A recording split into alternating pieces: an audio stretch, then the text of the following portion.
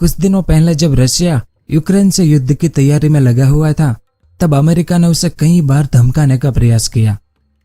और यहाँ तक कि अमेरिका के राष्ट्रपति बाइडेन ने तो खुद ही अपने बयानों में कहा था कि अगर रशिया यूक्रेन पर हमला करता है तो उसे इसके लिए गंभीर परिणाम भुगतने पड़ सकते हैं। गंभीर परिणाम से उनका मतलब साफ था कि रशिया पर कड़े प्रतिबंध लगाए जा सकते हैं। लेकिन इतना सब कुछ होने के बावजूद भी रशिया अपने इरादों से पीछे नहीं हटा और उसने जंग का ऐलान कर दिया। तो इसके बाद हर किसी के दिमाग में यही सवाल उठा कि आखिर राष्ट्रपति पुतिन को प्रतिबंधों से डर क्यों नहीं लगता है, और इतने कड़े प्रतिबंधों के बावजूद भी रशिया पीछे हटने को तैयार क्यों नहीं है, और रूस पर इन प्रतिबंधों का कितना असर होता है।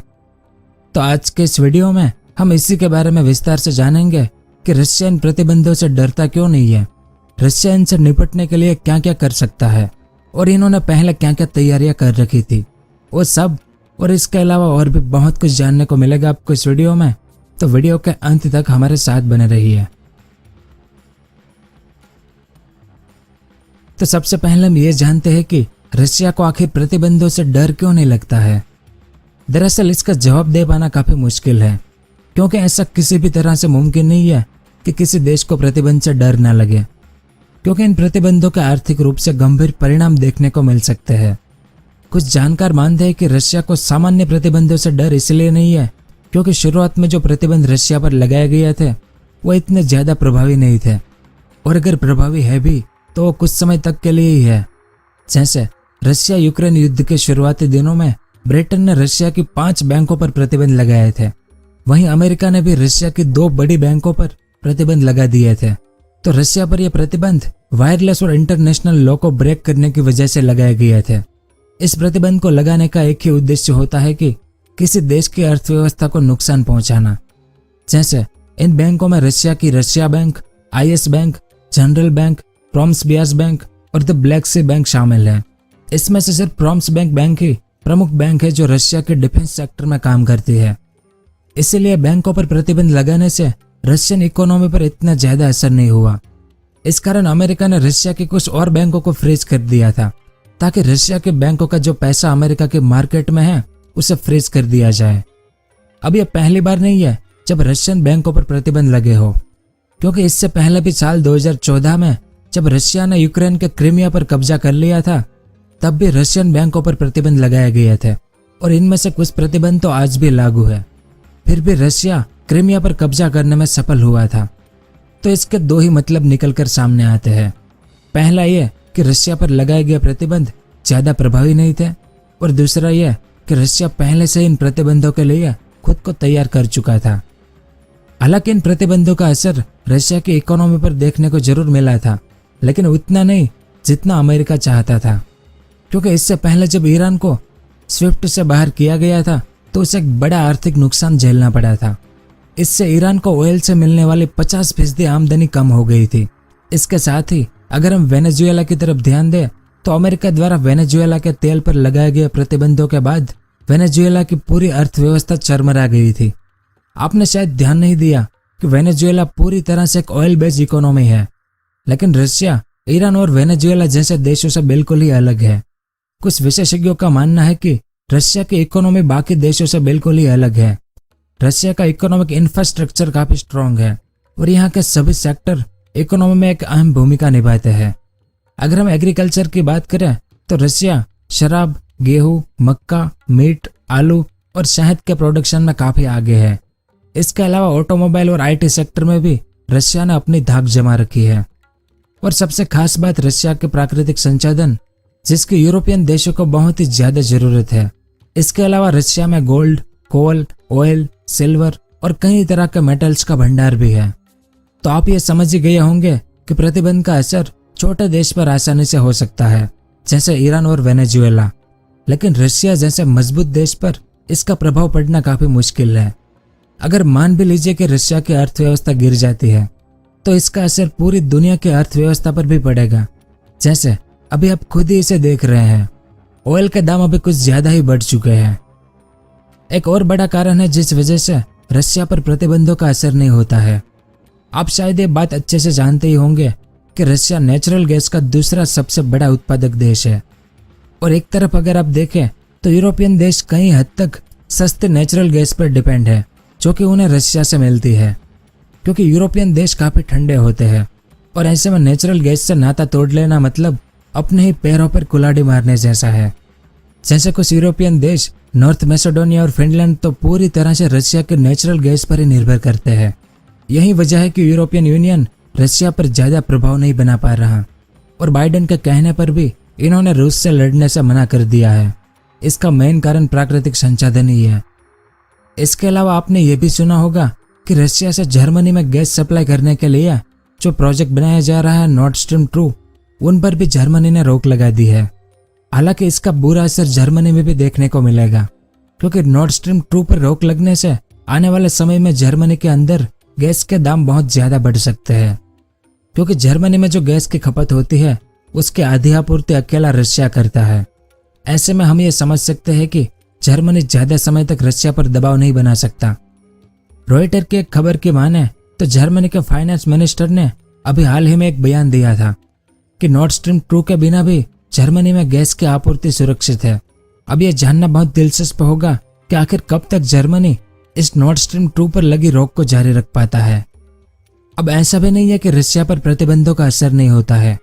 साल 2014 के समय जब रशिया पर प्रतिबंध लगाए गए थे तब रशिया की इकोनॉमी को बहुत बुरा नुकसान झेलना पड़ा था, क्योंकि उस समय रशिया की जीडीपी में 2.5% तक की गिरावट देखी गई थी। और यही नहीं, रशिया को बहुत बड़ा फाइनेंशियल क्राइसिस भी फेस करना पड़ा था। रशिया में अगले ही साल 2015 तक इन्फ्लेशन रेट बढ़कर 17% तक पहुंच गया था। और कुछ दिनों पहले रशिया पर स्विफ्ट बैन भी लगा दिया गया है। स्विफ्ट एक फाइनेंशियल मैसेजिंग इंफ्रास्ट्रक्चर है जो कि दुनिया के 200 देश में फाइनेंशियल लेन देन से जुड़ी सुविधा पहुंचाता है। लेकिन मज़ेदार बात यह है कि यूरोप के जो देश रशिया से ऑयल और गैस खरीदते थे उन्होंने इसका पेमेंट करने के लिए कुछ कुछ बैंकों पर प्रतिबंध नहीं लगाए हैं ताकि गैस और ऑयल उन्हें मिलना बंद ना हो जाए। अब दूसरी ओर जानकारों का यह मानना है कि रशिया पर स्विफ्ट बैन लगाने के बाद उनकी जीडीपी में 5% तक की गिरावट आ सकती है। लेकिन इससे पहले यह खबर सामने आ गई थी कि रूस, चाइना और भारत जैसे देशों के साथ मिलकर स्विफ्ट का अल्टरनेटिव बनाने पर ध्यान दे रहा है। जैसे चीन का क्रॉस बॉर्डर पेमेंट सिस्टम यानी CIPS स्विफ्ट को रिप्लेस कर सकती है और रूस से ट्रेड करने के लिए चाइना इसका उपयोग भी जरूर करेगा। इसके अलावा इस युद्ध के दौरान यूरोपियन देशों ने रशियन बैंकिंग सेक्टर से जुड़े 27 अफसरों पर पाबंदियां लगा दी है। वहीं ऑस्ट्रेलिया ने रूसी सुरक्षा परिषद से जुड़े 8 सदस्यों को देश में एंटर करने पर रोक लगा दी है। साथ ही यूक्रेन ने भी 351 रूसी नेताओं को बैन कर दिया है। ब्रिटेन ने भी रशिया के 3 अरबपतियों पर रोक लगाई है जिनके रूसी प्रधानमंत्री व्लादिमीर पुतिन के साथ अच्छा कनेक्शन है। हालांकि इन प्रतिबंधों का असर एक सीमित दायरे तक ही है। फिलहाल रशिया पर जो प्रतिबंध लगाए गए हैं वो इतने ज्यादा प्रभावी नहीं है, क्योंकि अगर ऐसा होता तो पुतिन पहले ही युद्ध विराम की घोषणा कर चुके होते या यूक्रेन के खिलाफ अपने आक्रामक रवैये को थोड़ा कम भी कर चुके होते। तो एक तरफ अगर अमेरिका रशिया पर प्रतिबंध लगाता है तो इसका असर खुद अमेरिका पर भी देखने को मिल सकता है। अमेरिका में लगातार इन्फ्लेशन रेट बढ़ता ही जा रहा है। ऐसे में अगर रशिया के साथ वहां अपने व्यापारिक संबंध बिगाड़ लेता है तो अमेरिका की सरकार पर भी अमेरिकी लोग दबाव बना सकते हैं। इसके अलावा रूस दुनिया का सबसे बड़ा देश है, तो इन पर लगाए गए प्रतिबंध के कारण पूरी दुनिया को इसका भुगतान झेलना पड़ेगा, जो आने वाले कुछ दिनों में हम खुद ही अपनी आंखों से देखेंगे। और आखिर में अब ये भी जान लेते हैं कि इन सभी प्रतिबंधों के खिलाफ रशिया की क्या रणनीतियां हैं जिससे वह इन प्रतिबंधों के होने वाले प्रभाव को कम कर सकता है। तो साल 2014 में ही रशिया ने इस बात को समझ लिया था कि अगर उसे आगे बढ़ना है तो पश्चिमी देशों पर उसे अपनी निर्भरता को कम करना होगा। और आखिर में हुआ भी ऐसा ही। रशिया ने न सिर्फ यूरोपियन देशों की निर्भरता को कम किया बल्कि यूरोपियन देशों से होने वाले इन्वेस्टमेंट को भी काफी कम कर दिया है। रशिया ने यूरोपियन देशों को गैस पर निर्भर किया है, जिससे कि उस पर प्रतिबंधों का असर कम हो जाता है। इसके अलावा रशिया ने कुछ सालों में अमेरिकी डॉलर पर भी अपनी निर्भरता को कम किया है और सामने रशिया ने चीन, भारत, मंगोलिया और ईरान जैसे देशों के साथ मिलकर नॉन अमेरिकी डॉलर डोमिनेटेड ट्रेड को बढ़ावा दिया है, क्योंकि पहले रशिया के फॉरेन रिजर्व का 16% अमेरिकी करेंसी में हुआ करता था, जिसे रशिया ने 13% तक चाइनीज करेंसी में कन्वर्ट कर लिया है। यानी रशिया ने अमेरिकी करेंसी से अपनी निर्भरता को कम करके चाइनीज करेंसी पर अपनी निर्भरता को बढ़ाया है। हालांकि अभी भी रशिया के फॉरेन रिजर्व में 40% यूरो है और सबसे अहम बात यह है कि रशिया के 21% रिजर्व गोल्ड यानी सोने में है और वह लगातार अपने गोल्ड को बढ़ाने की तरफ ध्यान दे रहा है। इसके अलावा रशिया यूरोपियन देशों से होने वाला इन्वेस्टमेंट को कम करके चाइना, ईरान और भारत जैसे देशों को इन्वेस्ट करने के लिए प्रोत्साहित कर रहा है। इसी के साथ रशिया लगातार अपना एक्सपोर्ट भी बढ़ा रहा है और वहीं इंपोर्ट को कम कर रहा है।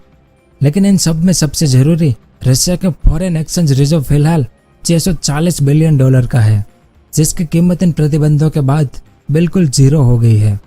अगर ऐसा न हुआ होता तो इससे रशिया काफी समय तक अपनी करेंसी को स्टेबल कर सकता था, लेकिन दुनिया के किसी भी देश की तरक्की देखकर अमेरिका उसे डुबो देता है। अमेरिका ने कई ऐसे देशों को डुबो दिया है। अगर आप उनके नाम जानते हैं तो नीचे कमेंट करके जरूर बताएं। और मजेदार बात यह है कि रूस ने यूक्रेन पर हमला किया तो यह वॉर क्राइम हो गया, लेकिन जब अमेरिका ने ईरान, अफगानिस्तान, वियतनाम जैसे देशों को बर्बाद कर दिया तब यूरोप और नाटो सब चुप बैठे थे। मतलब तब किसी ने भी हिम्मत नहीं की अमेरिका पर वॉर क्राइम लादने की। इसी कारण तो रशिया ने खुद को आत्मनिर्भर बनाया है और शायद आज भारत भी इससे काफी कुछ सीख सकता है। तो यह सब कुछ था इस वीडियो में। उम्मीद है कि आपको कुछ जानने को मिला होगा। अगर वीडियो पसंद आया हो तो इसे लाइक जरूर करें। पूरा वीडियो देखने के लिए आपका बहुत बहुत धन्यवाद। अगर आपको इस तरह के इंफॉर्मेटिव वीडियो देखना पसंद है तो हमारे इस चैनल को सब्सक्राइब करें और हमारी नई वीडियो सबसे पहले देखने के लिए इस बेल आइकन को भी जरूर दबाएं।